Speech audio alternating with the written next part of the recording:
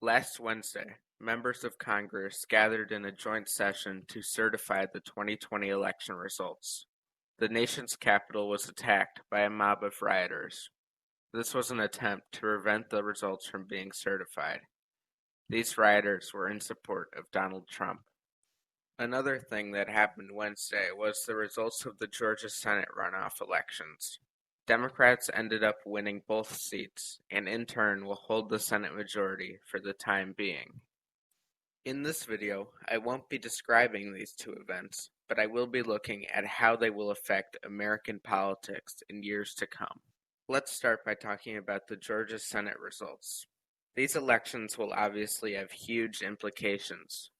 Democrats will likely control the Senate floor for at least the next 2 years. This means that Chuck Schumer will likely be chosen as majority leader, and he will be able to decide what gets voted on. Also, there will be Democratic chairs of every committee. These two seats also significantly boost Democrats' chances of holding the Senate in 2022. I'm going to upload some early 2022 midterm videos in the next few weeks. I think that these two Georgia wins are the first in a series for Democrats. I think that former State House Minority Leader Stacey Abrams will run for governor in 2022. I believe that Democrats will become slightly favored to win this race, assuming she runs. Although it's a long way off and a lot can change. I think that Georgia Democrats can also flip some statewide elected offices, specifically Secretary of State. Now let's talk about how the riots at the Capitol building will affect future elections. I believe that a lot of Republicans and independents that voted for Biden, specifically because he isn't Trump, will now move further towards Democrats. My prediction is that the Republican Party will continue to cling to Trump because he brought them more voters than they've ever seen before. I think that a continued attachment to Trump will make a lot of centrist voters align more with the Democratic Party. A lot of centrist voters are already distancing themselves from the Republican Party just based on Wednesday's events. I think that if the Republican Party did not cling to Trump for the past 4 years, they would have most likely won the presidency and held the Senate this election.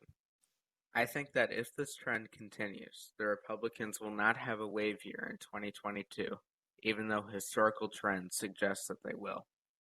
I believe that Republicans would very likely change their strategy in 2024, but if they don't and continue to hold on to Trump-like candidates, I think that they will also have a large defeat in the 2024 election.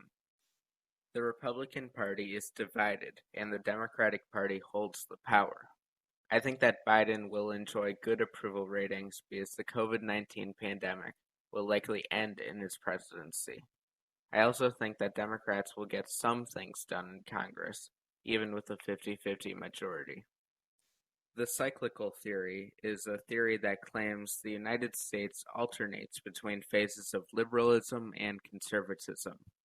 I personally agree with this theory and believe that the last liberal phase ended with the Lyndon Johnson administration. I also think that this current conservative phase has lasted since the Nixon administration. I think that we are now entering a new liberal phase, and the Democratic Party will hold power for some time, and the Republican Party will be forced to move to the left. Now, of course, not everything presented in this video will happen.